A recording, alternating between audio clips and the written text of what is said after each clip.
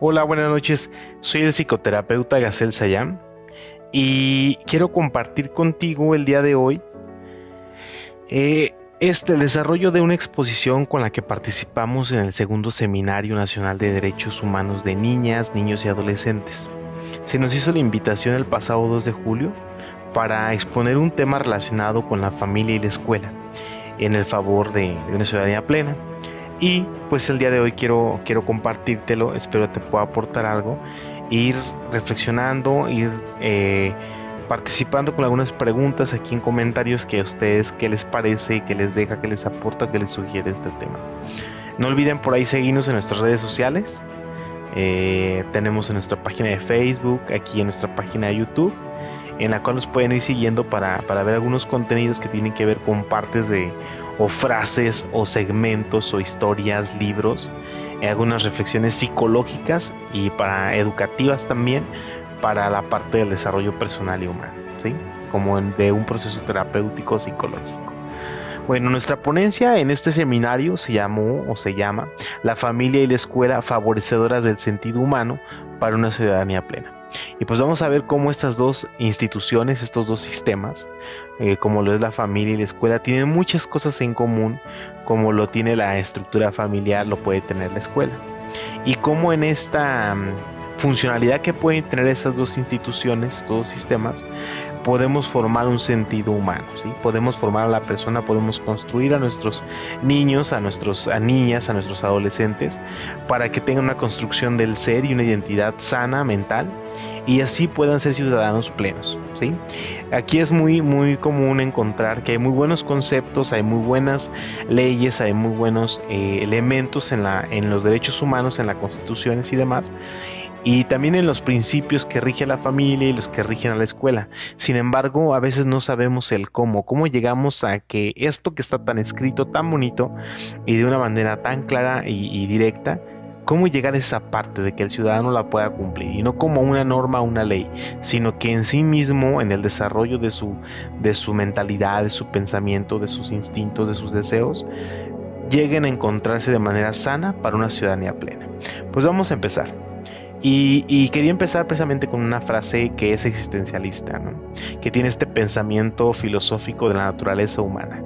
Y dice así, cuando se es niño o niña, se necesita de alguien con quien hablar, vincularse de manera íntima para poder convertirse en persona, para llegar a ser un adulto que esté y se sienta bien mentalmente. Se dice que uno de los principios de la salud mental, según desde el sistema familiar, se centra o se basa, se constituye a partir de los vínculos que tenemos en nuestra parte infantil, en nuestro desarrollo infantil. La manera en la que los otros se comunican con nosotros de manera clara y directa, de manera profunda e íntima, es como nosotros vamos a establecer vínculos con otros. Y eso va a determinar también el desarrollo psíquico mental en nuestra infancia. Se dice que el ser humano, como se muestra aquí, para poder estar sano, para poder mantener una estabilidad psíquica, para saber que existe de manera correcta, necesita de otro con el que se pueda develar tal cual es, que se tenga conversaciones profundas con otros. Y a través de esta comunicación, este vínculo real con otro, es que yo puedo tener una salud mental, ¿sí? Espero esta frase les deje algo en lo que va encaminado esta exposición en cuanto a comunicación y como entre vínculos que debe de tener la escuela y la familia para con el hijo. Y dentro de estos miembros, de estos roles que va a haber, que vamos a encontrar en la escuela, maestros, directivos, alumnos, como en los roles de papá, mamá, son muy similares y requiere de esta comunicación clara, directa y profunda. Y vamos a ver cómo es que la escuela y la familia se relacionan. Y dice así, estos dos sistemas, estas dos instituciones, comparten cuestiones que son interconectadas e interrelacionadas y se constituyen unas con otras. Es decir, la escuela se forma por individuos que pertenecen a otros sistemas, y entonces la escuela está constituida por un conjunto de sistemas de donde vienen los niños. Es decir, nosotros atendemos en las escuelas a niños, pero no nada más a ellos, sino atendemos y recibimos y percibimos todo lo que viene en cada uno de sus sistemas, ¿sí? Y entonces la escuela está constituida por un múltiple de sistemas, tanto de los alumnos como de los maestros, como de los directivos. Por eso la hace compleja, pero al mismo tiempo la escuela la hace enriquecedora. La convierte en un sistema externo, en un sistema abierto, en el cual se nutre, ¿sí?, por las experiencias que los niños obtienen de las escuelas.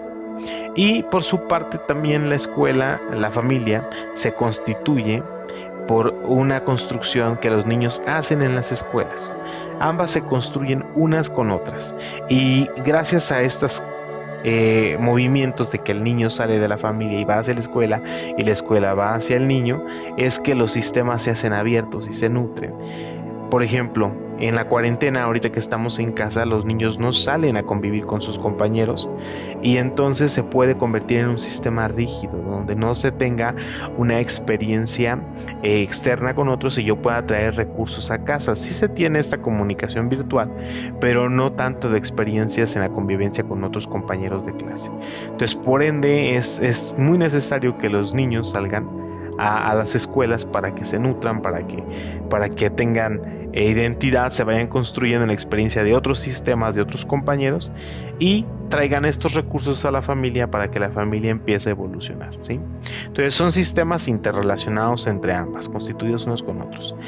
En ambos sistemas, aquí dice, se cuenta con figuras, roles y jerarquías que son muy similares, ¿sí? La función que tiene el maestro para con el alumno es muy similar como la función que tiene el padre con el hijo. Entonces son funciones muy similares que en psicología nosotros les llamamos, y se pueden dar fenómenos en la escuela transferenciales, donde de repente tenemos principios o sensaciones donde los chicos y los maestros se conectan con experiencias propias de sus familias de origen, ¿sí? Muy bien. Y luego dice, ambos sistemas son sobrevivientes. Voy a revisar un poquito que no alcanzo a ver. Gracias a su naturaleza como sistemas abiertos, es lo que les comentaba hace rato, ¿no? Gracias a que estos salen a compartir es que las familias no se extinguen, que sobreviven y que están ahí. Vamos a continuar.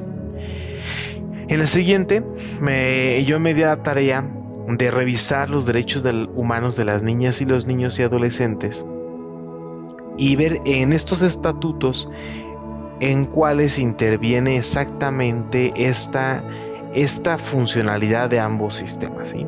Cómo es que los derechos de las niñas y los niños y los adolescentes buscan esta parte del desarrollo del ser humano y esta parte de la ciudadanía plena.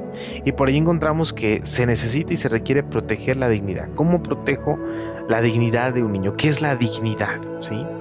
Siguiente, garantizar su integridad. ¿Cómo puedo yo, a través de la funcionalidad de la familia y de la escuela, garantizar la integridad de un individuo? Y aparte que es integral, ¿no?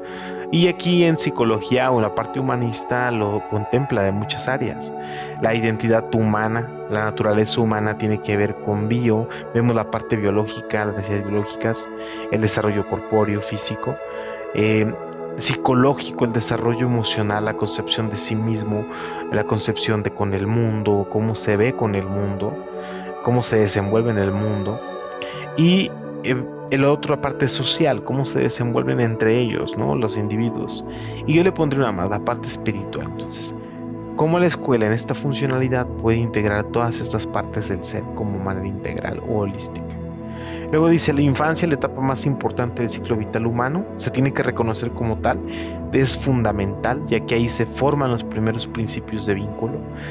Se dice que aunque el niño no recuerda de los 0 a los 3 años las vivencias como tal de manera cognitiva, una memoria, corpóreamente, instintivamente y en sus principios de funcionalidad sí lo recuerda, y tiene mecanismos que se ven establecidos por las experiencias que tuvo desde muy bebé, aunque la memoria cognitiva como tal no estaba predeterminada. Entonces, por ello es que es tan importante la infancia. Son los años donde más se aprende y donde se ponen las bases de 0 a 3, de 3 a 13 años, se ponen las bases del desarrollo en todos estos ámbitos integrales.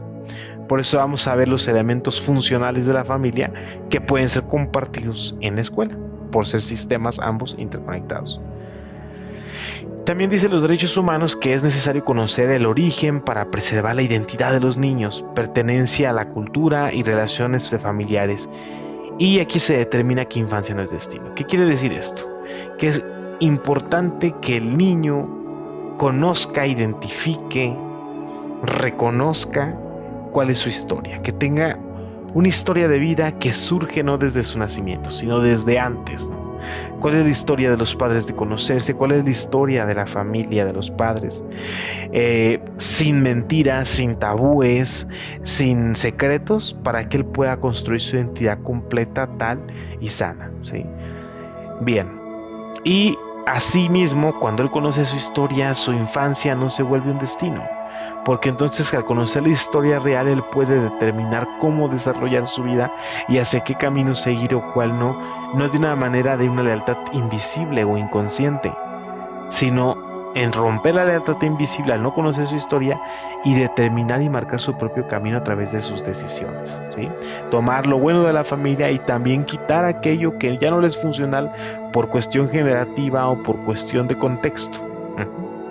Después dice, vivir en familia, conviviendo con su madre y su padre, libre de violencia. Es importante que tengan ambas figuras porque ambas tienen roles establecidos fundamentales que fortalecen a la escuela. Y bueno, en el sistema familiar todos van juntos y nadie se queda atrás, ¿sí? Obviamente esto se va a cuidar primero a través de que no haya violencia y sea en el desarrollo bueno y del crecimiento del niño, ¿sí? Un desarrollo integral, ya hablábamos hace rato, un desarrollo libre de su personalidad, como yo puedo permitir al niño salir su naturaleza, dejarlo ser, siempre y cuando aquello no atente con su vida o su calidad de vida. Voy a ver si hay algo más. No, continuamos. Y dice aquí, de conciencia a conciencia. Bueno, lo primero que se requiere es que tengamos una percepción y una cuestión de entendimiento de nosotros mismos. Y eso va a pasar de un concepto de conciencia sin S con uno de S. ¿Cómo es el de sin S? El conciencia, conocimiento del bien y del mal, que permite a la persona enjuiciar moralmente la realidad de los actos, especialmente los propios. Esto tiene que ver mucho con la moral y con lo bueno y lo malo. Y eso es bueno, las leyes lo marcan así, que es bueno, que es malo para el funcionamiento.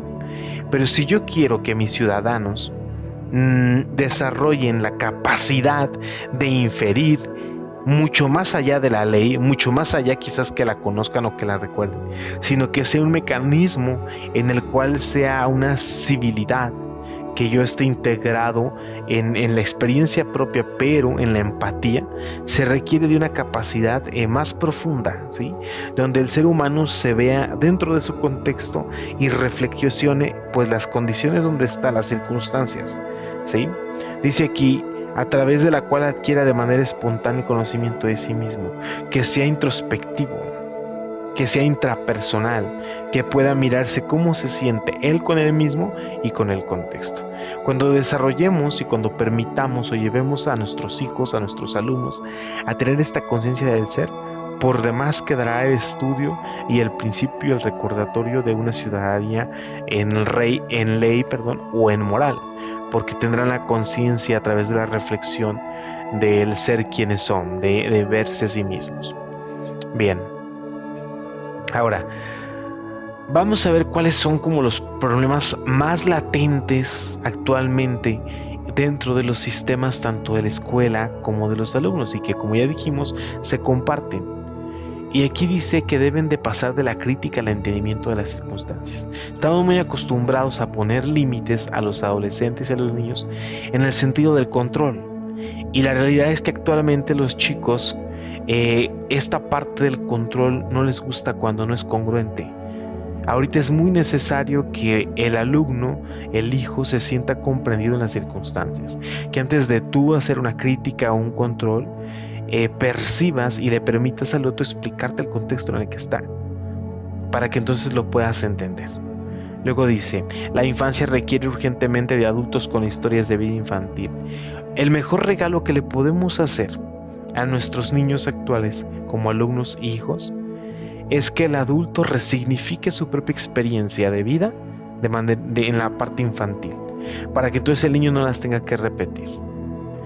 lo mejor que yo puedo hacer para que mi hijo no siga mis pasos o se vaya a lo contrario y yo pueda conectarme de mejor manera, vincularme con mi hijo, es llevando al análisis mi propia historia, llevando a terapia quizás mi propia historia, para que entonces yo no eduque a mis hijos simplemente en lo contrario o de la manera que me dieron. Uno entrega al otro lo que tiene y de adultos los niños lo comprenden.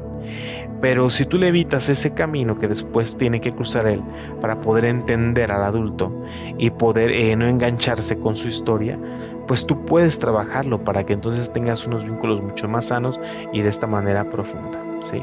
Bien, otro de los problemas fundamentales de los sistemas o del sistema en particular de la educación tiene que ver con que en la escuela no se habla mucho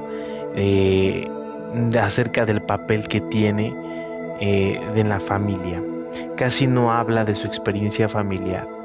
Casi no es el espacio que debería de ser para que el niño pueda descubrir quién es su familia, hablar de su familia y del rol y el papel que juega ahí, ¿sí? De cómo se hacen las cosas y quizás quienes formamos parte de la escuela poder orientar a los jóvenes, a los niños, para que tengan un rol mucho más activo o un rol mucho más sano que rompa ciertos paradigmas y dinámicas que merman su funcionamiento. En la escuela casi hablamos siempre de contenidos académicos y curriculares, pero creo que el espacio donde pasan más tiempo los chicos es de escuela y como convive con otros sería el lugar más idóneo para que también se hable sobre el rol que tienen en la familia, ya que es muy importante, bueno, su sistema familiar y es de donde vienen y sí lo requieren y lo desean hacer, ¿sí?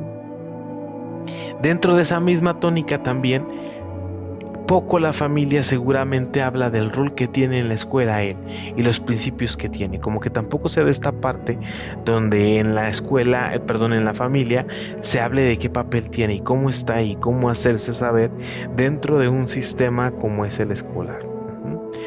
Bien, otro de los problemas sería la familia requiere hablar más de ella, entre ella. Es importante que el alumno, que el hijo, en la familia hable sobre la razón de ser familia. ¿Qué busca la vida o para qué la vida nos tiene aquí? ¿Cuál es la función de la familia? Es como si tuviéramos que hacer una lealtad y hacer sentir al chico que pertenece a un sistema. Si la familia no habla sobre su razón de ser y de existir y de cómo se sienten cada uno dentro de su propia familia, no van a generar identidad. Y al no generar identidad, en un futuro el chico se puede perder o se puede ir a buscar en otros grupos sociales, en grupos de delincuencia, en grupos de vandalismo, la identidad que en casa no se construye. Y no se construye porque no se tiene una historia familiar. No se construye porque no se habla sobre la familia y no se genera una historia, una identidad, un escudo como tal, ¿sí? Entonces la familia debe de hablar más entre ella y los chicos deben de hablar y sentir que en su familia pueden ser y estar y se discute y se reflexiona de manera existencial, de manera profunda el sentido de estar en la familia en la que están, ¿sí?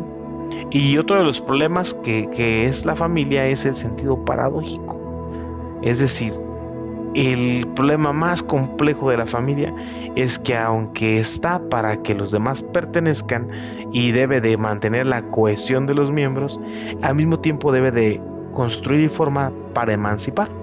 Es decir, es importante que te construya y que te mantenga aquí, pero al mismo tiempo en de pertenencia debo irme preparando la familia, preparando el terreno para poco a poco ir impulsando al individuo, a la persona, a emanciparse y individualizarse y hacerse adulto. Y en esto pareciera un lenguaje paradójico y lo es. Y es donde existe la complejidad entre los vínculos de la familia. Bien. Otro problema es saberse contenidos, pero al mismo tiempo no sostenidos, le enseñan solo en la experiencia. Lo que decíamos hace rato. Fíjense bien la palabra, me encanta. Saberme contenido por mi familia, saber que está ahí para sostenerme, para contenerme, para consolarme, pero no me debe de sostener porque entonces me hago el apego y me quedo en el sistema familiar. Eso me va a costar independizarme, ¿sí? Otra más. Si el sistema expulsa, y es muy común de nuestra cultura expulsar o ignorar aquella parte que no nos gusta, aquel integrante que no se logra aparentemente ser el problema y no se logra integrar. Eso es muy de nuestra cultura, eso es muy de nuestros sistemas educativos. ¿Qué hace la escuela cuando un chico no funciona? Lo expulsamos. ¿Qué hace un maestro cuando no da el ancho? Lo corremos. ¿Qué pasa cuando algo no me parece a mí con la escuela? La demando.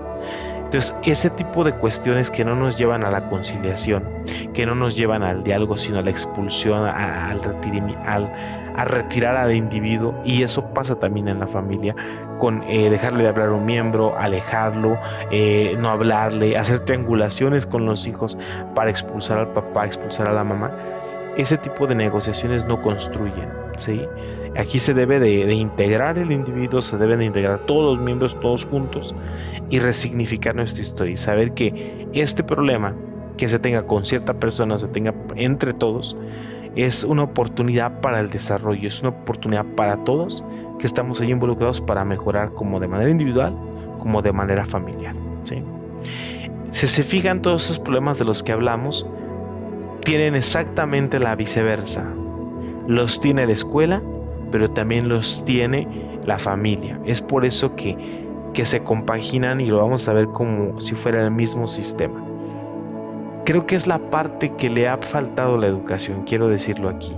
La educación se centra en lo pedagógico y en lo académico, la formación de los maestros va hacia allá, la formación e indicación de lo directivo también, todas las rutas de aprendizaje en inicio del ciclo escolar, pero no se habla de esta parte estructural, funcional, de las características de la dinámica escolar que son muy similares a la familiar y que si no se siguen, se construyen bajo estos principios, pues es un caos, finalmente da ansiedad y finalmente en lugar de generar desarrollo personal, genera un desorden y puede hasta generar problemas mentales en los que integran la escuela. Así como la familia puede generar problemas mentales al no tener una estructura, una contención, la escuela también los puede generar, porque comparte muchas similitudes como vemos aquí en las estructuras, ¿sí? Continuaremos. Ahora, quiero meter aquí, por eso esta diapositiva, lo que es la comunicación con sentido humano, ¿sí? Ya vimos anteriormente que se ocupan vínculos y comunicaciones de manera profunda. Ahora, ¿cómo se hace una comunicación que te lleva a la parte humana? ¿Sí? ¿Por qué es tan importante la comunicación y bajo qué sentido? Ustedes saben que existe en este estudio de la comunicación que tiene que ver con canales, mensajes, receptores. Sí, eso es como en el sentido funcional, pero existe otra cuestión que va en el sentido de lo que se dice y cómo se dice y qué se quiere decir y de qué manera se dice. Eso es mucho más profundo en el sentido para la comunicación humana. Y quería compartirles esta frase de Salimbene de Parma que dice: la comunicación es condicioné qua non la existencia humana, ¿sí? Sin comunicación humana, no existe el ser humano. El ser humano, desde que existe como tal, comunica al estar ya. El estar o no estar ya comunica algo. Y sin la comunicación como tal con otro individuo, sin el contacto con otro individuo, el ser humano se extingue, muere. Es necesario que el ser humano tenga comunicación, que tenga respuesta, que se sienta en una interacción, ¿sí? Bien, vamos a continuar. Y dice así, decía la retórica griega, quienes son los más grandes en esta parte decían que a través del discurso se veía el alma de la persona. La retórica era lo más importante, la capacidad de expresar y cómo se expresaba, la capacidad de decir lo que se siente, lo que se piensa de manera elocuente. Y es cierto, los problemas emocionales y mentales, todo aquello que no entra en la ciudadanía plena, en el primer factor que se percibe y se obtiene es del lenguaje. Entonces aquí es muy importante que el sistema familiar y la escuela perciba y ponga atención a qué se dice y cómo se dice y cómo es que es, y ver si es que eso que se dice es congruente con lo que se hace. Desde ahí se va dando el sentido hacia la ciudadanía plena y hacia el buen comportamiento del ser y del alumno. Y dice aquí, el lenguaje puede influir en estados de ánimo, opiniones, comportamientos y sobre todo en las decisiones. Fíjense bien lo importante del lenguaje. tiene una influencia notable en todos los aspectos del ser humano, ¿sí? Y Platón, padre de la catarsis, de la purificación, se le consideraba, de la convicción del alma mediante el lenguaje. Él decía que el hombre es un individuo que se mueve por dos instintos, por dos caballos. Uno es el placer, que son las emociones, son los deseos, son los impulsos. Eso es lo que nos da como el impulso, la energía para movernos. Y también se rige el otro, que es por el deber, que es la parte cognitiva y mental. Si yo nada más tengo el impulso, tengo los deseos y el placer, me voy a desbocar. Y lo que voy a requerir es tener algo que me dé sentido. Si no me puedo ir a un barranco, si no me puedo ir por caminos sinuosos, peligrosos. Y lo que me va a dar dirección en esta parte es la parte cognitiva.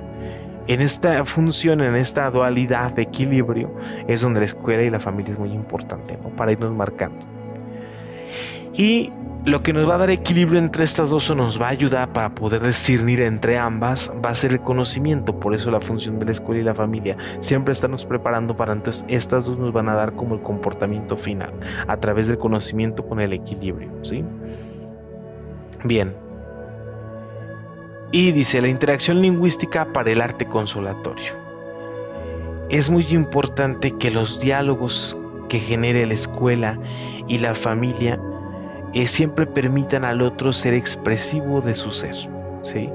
Que cuando se tenga el discurso se tenga la menor posible de las restricciones, se considera al otro positivamente incondicional, que yo no importa lo que tú expreses, de la manera en que lo estás sintiendo, y no hablo de una normatividad, una moral de las palabras bien dichas o mal dichas, sino hablo del deseo interior, de lo que yo estoy pensando realmente.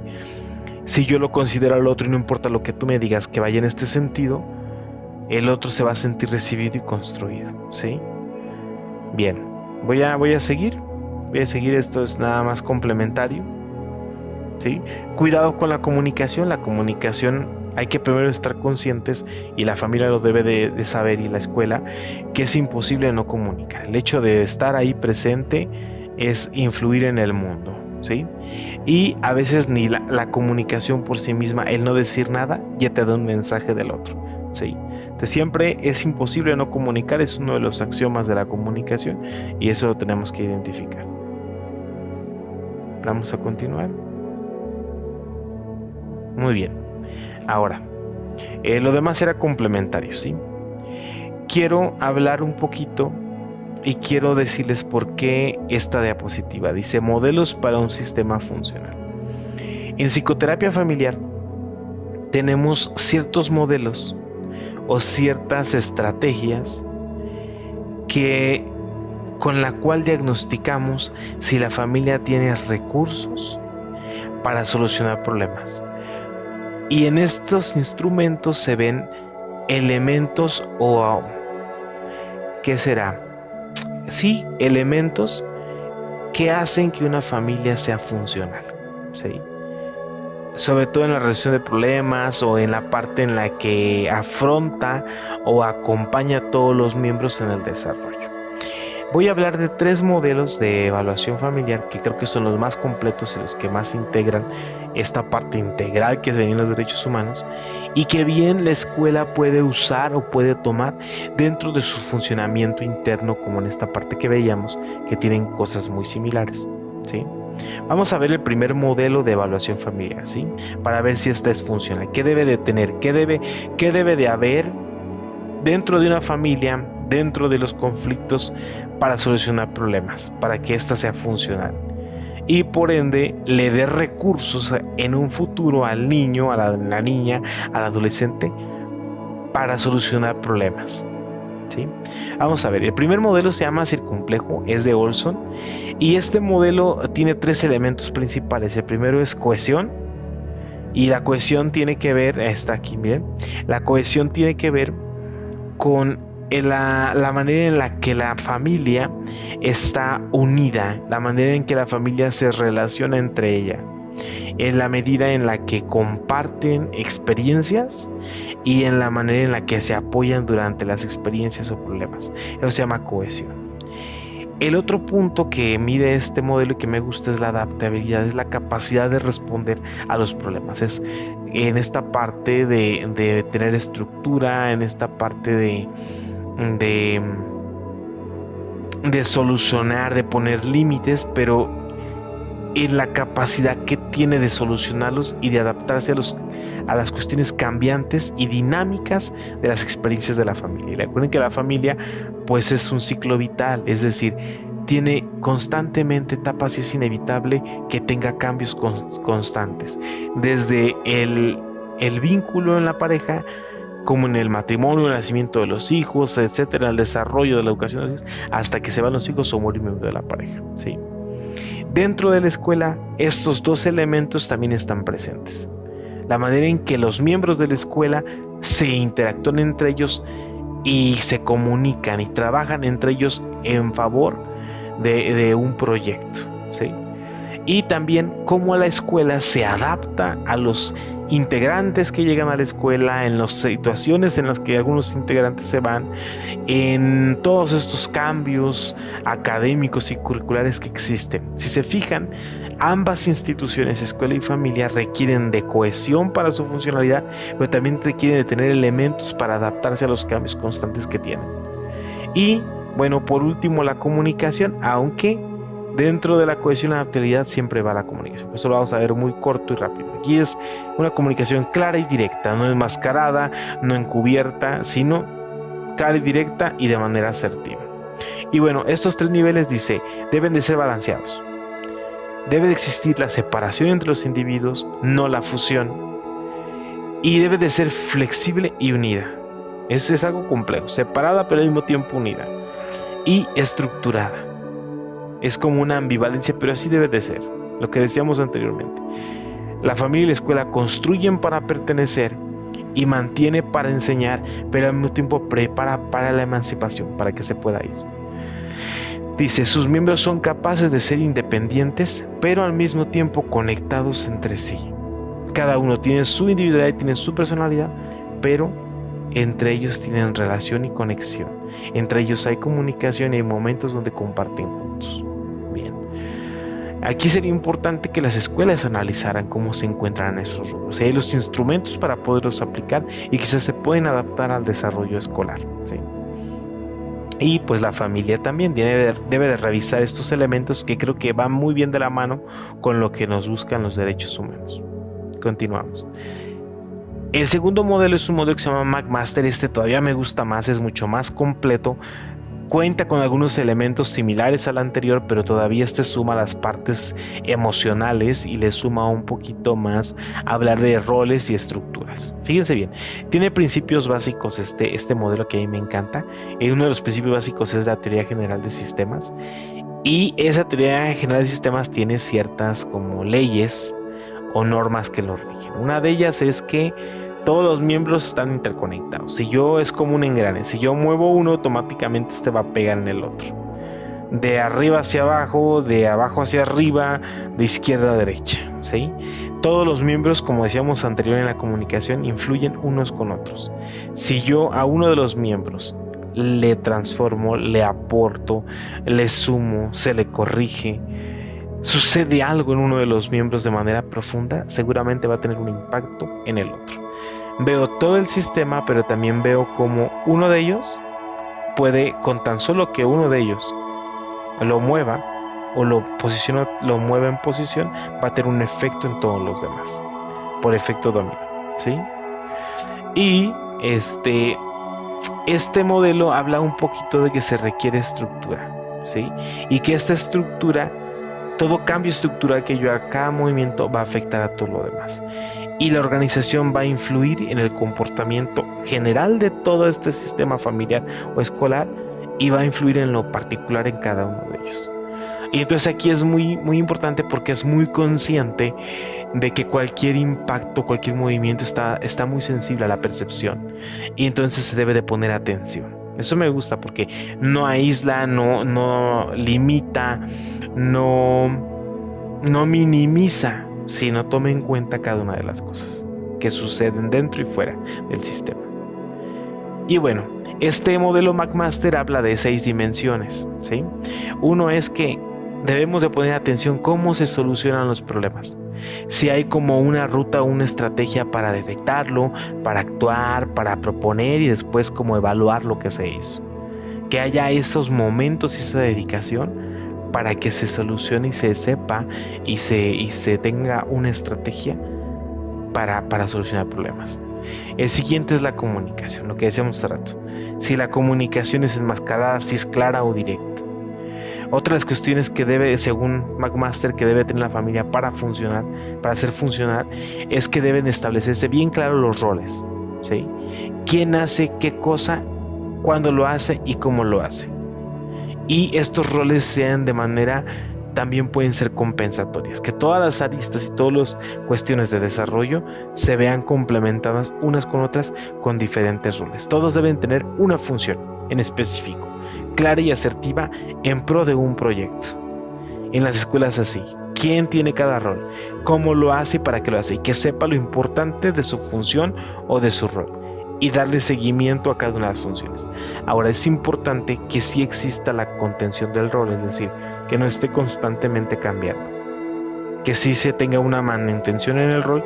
Sin embargo, dadas circunstancias o problemas o algún evento de la salida de uno de los miembros, o de repente papá no puede estar presente por un accidente o por una cuestión de duelo, de angustia, de algún problema personal, el rol sea flexible, otro pueda entrar en la función de ese rol para compensar y que homeostáticamente el sistema siga funcionando. Así en las escuelas tenemos los cargos, tenemos los roles, pero en algún momento, si la parte directiva, si la parte docente no puede estar dando contención a los alumnos, de repente llegue otro individuo que pueda hacer esta función, y de manera temporal y de manera flexible.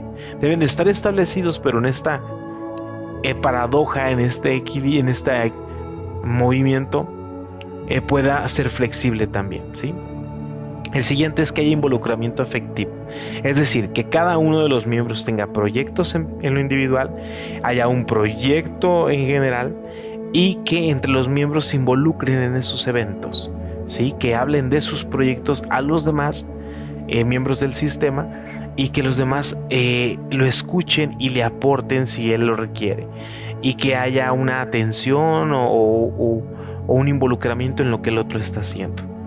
Esto tiene que ser de manera empática, ¿sí? O sea, no desbordado en el cual yo me fusione, en el cual yo lo ahogue, lo asfixie, pero tampoco no donde sea muy suelta y muy poco presente, sino de manera simplemente empática, ponerme en el lugar del otro, en lo que está sintiendo y entenderlo. Y la otra es las respuestas afectivas, que no sean desbordadas, que no sean muy simples, sino que sean de una cantidad buena, mesurada, y de una buena calidad, de una buena atención, ¿sí? Y después, cómo se ponen los límites, cómo se controlan las conductas de los demás. Si hay establecidos algunas reglas, y si estas reglas son puestas de manera colectiva, si son generadas o gestadas a nivel democrático, o son simplemente impuestas y no son flexibles en los momentos y tiempos de cada uno, en el ciclo vital que está teniendo cada uno. No son las mismas reglas y controles de conducta que se pone a un niño pequeño que el que se va a poner a uno de etapa primaria, como a uno de etapa secundaria, como otro que está empezando a emanciparse. Tienen que ir cambiando y flexionándose, ¿sí? Bien. Este es uno de los modelos más completos, es de los que más me gusta, y creo que es uno de los que comparte mayor cantidad de elementos en cuanto a funcionar entre escuela y familia, ¿sí? Y que creo que toma más en cuenta más cantidad de puntos respecto a los derechos de las niñas y los niños, ¿sí? Vamos a continuar.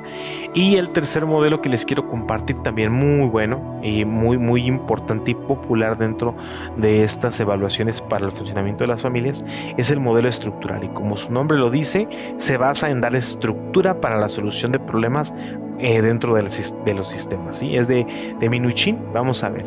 Y tiene como también algunos principios. El número A, la transformación en la estructura del sistema genera cambios en las conductas de lo que lo integra. Lo que decíamos hace rato, muy parecido al McMaster. Si yo muevo la base, enseguida va a tener cambios en la conducta de los demás, ¿sí?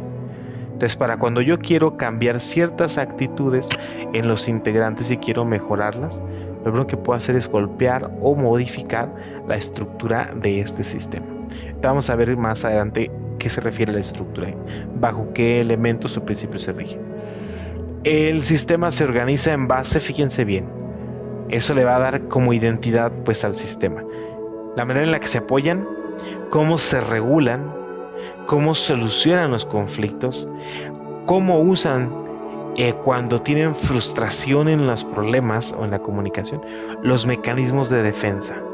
Si evaden, si eliminan, si alienan aquellas cosas que no les gustan, o bien las proyectan o las transmutan a otra cosa. Es muy importante aquí ver cómo reaccionan los miembros del sistema, de la escuela o de la familia cuando hay conflictos. Si son de baja calidad o son de una mejor calidad, esos mecanismos de resistencia que sea más fácil de poder adaptar y resignificar el conflicto, ¿sí? ¿Cómo se alimentan los sistemas? Cuando hay conflictos, ¿qué hacen? ¿Dónde buscan apoyo? Pues no es alimentación como nutrición, sino va más como una alimentación de hacia dónde se dirigen y qué manera y con quiénes para traer elementos del sistema externo para la familia, para mejorar. Buscan apoyo psicológico, buscan apoyo de otras instituciones que tengan conocimiento, van a redes de apoyo confiables y sanas, o acuden a grupos de destrucción. Puede ser que se unan a personas que los invadan o se recurran a las drogas. Eso tiene que ver como cómo se alimentan y cómo socializan, a quién le comparten y de qué manera comparten, o si lo comparten, lo que ellos están sintiendo, las frustraciones o estos conflictos. Si es muy cerrado, si es muy abierto, lo vamos a ver. Y actores del funcionamiento es que hay que revisar quiénes actúan, con quiénes interactúan y de qué forma interactúan con otros, ¿sí? Este modelo estructural siempre va a buscar el equilibrio. Si un miembro falta, entrará otro para hacer la homeostasis del sistema. Ahora sí vamos a ver los elementos de este modelo estructural. Fíjense bien. Dice que es importante revisar cómo están los límites internos, es decir, dentro de los miembros, cómo se relacionan. Se relacionan demasiado que se fusionen y no hay una identidad individual y son muy codependientes, o es un poco porosa, es decir, si hay esa fusión momentánea, pero enseguida viene otra separación muy ligera para generar la cuestión individual de cada uno. Como dentro de los miembros internos, cómo es su relación. Y los límites externos son estos que están dentro, cómo se relacionan con los de afuera. Van allá afuera todo el tiempo y no hay casi unidad en el interior, o es poroso y ellos salen y entran, o bien como los miembros externos, abuelos, abuelas, no sé, la comunidad, por ejemplo, en las escuelas, los padres de familia, entran y se fusionan e influyen completamente sin dejar la autonomía e individualidad del sistema escolar, en este caso también de la familia. Límites internos y externos. Como si están establecidos los subsistemas y las jerarquías entre ellos. O de repente los hijos pasan a ser los papás y toman decisiones junto con los papás. O de repente los padres pasan a ser hijos y pasan a sentirse regresivos. O queda muy claro qué sistema está con cuál. Si en el sistema fraterno de hermanos, entre ellos tienen esta cohesión y no llega de repente el sistema parental de papás hacia abajo a invadir. Es importante que estén definidos muy bien los subsistemas y que, bueno, dentro de esos subsistemas sí haya relación, pero también haya individuación en el sistema y que estén muy claras las jerarquías para después no tener problemas de autoridad, ¿sí? O hay problemas de autoridad, de repente no se respeta la jerarquía, no queda claro los roles y las funciones de la jerarquía, ¿sí? Si ven, sí se compagina con modelos anteriores, pero este detalla más sobre otras cuestiones. Y también cuida el ciclo evolutivo de la persona, es decir, qué está viviendo cada uno y las características que tiene en la edad con la que se están los miembros del sistema. Y otra cuestión es si es flexible al cambio o es muy rígido, cómo actúan ante los cambios. Ya habíamos visto en el anterior fuentes de apoyo, redes de apoyo, cómo acuden a otros para comunicarse, para sostenerse, para traer elementos, para solucionar conflictos. Y el vínculo y el apego, esto es muy importante, cómo se han dado desde etapas tempranas o cómo están las etapas de relación con las figuras parentales o objetales, con los papás, ¿sí? Si ya se está haciendo una emancipación entre los miembros a la edad ideal y correcta para el desarrollo, desde la etapa infantil empieza, o aún los miembros están muy amalgamados con sus familias de origen o con sus figuras parentales, sus padres, pues, ¿sí? Muy bien. Pues esto es todo en cuanto a los modelos estructurales. Espero, y mi interés de esta charla y de esta exposición es ver y integrar cómo estos dos sistemas, a través del desarrollo humano, de la comunicación humana y de estos elementos o parámetros que nos dan de evaluación, podemos ayudar a formar individuos que tengan un sentido humano y que tengan una salud mental de calidad y por ende nos dé una ciudadanía plena, ¿sí? Una civilidad mucho mejor de la que podamos tener actualmente. Y creo que estos modelos de evaluación familiar le podrían dar mucha luz al sistema escolar, cómo debe de guiar o qué elementos debe de tener para mantener esta contención, ¿sí? Y no cargar a los alumnos, sino contenerlos para que puedan desarrollar su ser, el ser humano, ¿sí? Es integrar un poquito esta parte del desarrollo humano con esta parte estructural y dinámica y el estudio de la dinámica familiar. Y creo que se pueden compaginar y creo que la escuela puede tomar muy bien estos elementos que se ven en la contención familiar, en la psicoterapia familiar, con el desarrollo de las escuelas. Pero sí requiere la escuela, aparte de estar tan metida en la parte pedagógica y didáctica, sí también tener muy claro estos elementos, que le dé importancia a esta manera en la que está estructurada, pero desde esta base científica. Ahí desde esta base psicológica sistémica le puede dar y se puede aportar muchísimo para la educación. Esta es la bibliografía. Si se fijan, hay elementos bibliográficos de corte humanista, pero también de corte sistémico, y espero les pueda dar un poquito más de profundidad si quieren saber del tema, ¿de acuerdo? Y bueno, comparto con ustedes para despedirme.